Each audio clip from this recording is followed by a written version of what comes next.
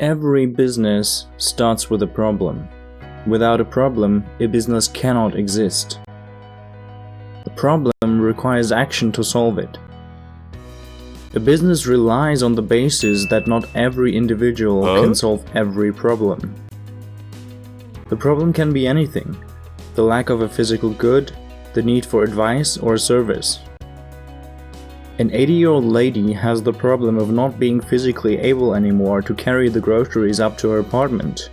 Clearly, this is a problem she cannot solve herself.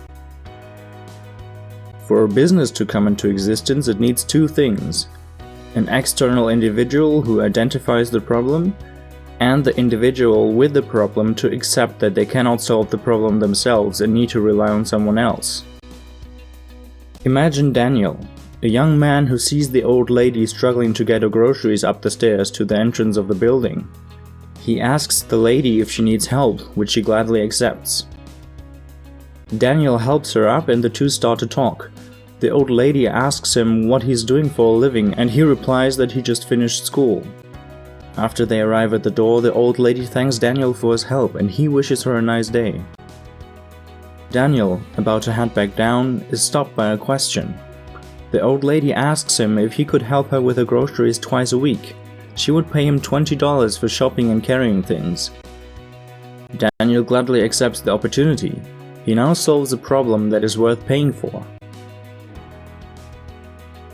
In the beginning, every business run by one person survives by the same recurring transactions again and again and again.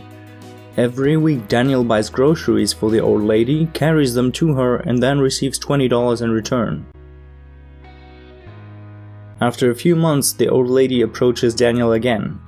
Her friend had recently had back surgery and now couldn't go out on her own anymore either. She asks if he can run errands for her twice a week as well. Daniel accepts. He has won his second client.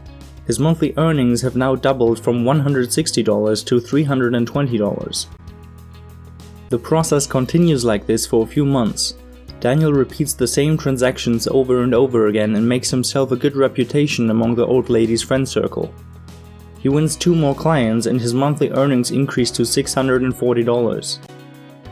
The next phase of a business is expansion.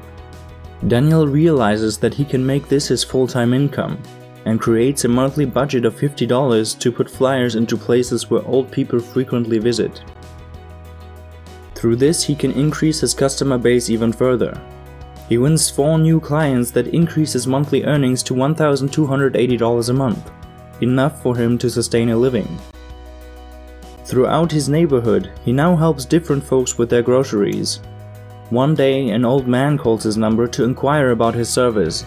Daniel put down his information and quickly realized that the old man, living in a different part of the city, is too far away from him, and he technically has enough clients already. But Daniel has an idea. His friend Peter lives in the neighborhood and has some spare time on his hands.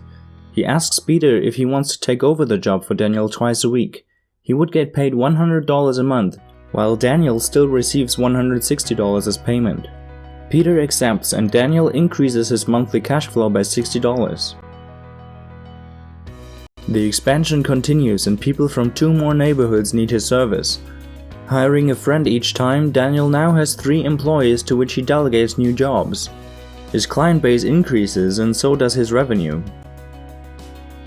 Technically, the expansion can increase almost infinitely, adding more clients, more employees for different tasks, more regions, even more services. But every business starts in the same way. Someone has a problem, someone else identifies that, develops a solution, and the two make a transaction. And from there, everything can happen. There is a lot of randomness included in this process. Sometimes solutions don't work out, or the transaction costs are too high. Maybe expansion cannot take place and the solution provider abandons his business. But all businesses start with one first transaction. Stay productive, stay valorous.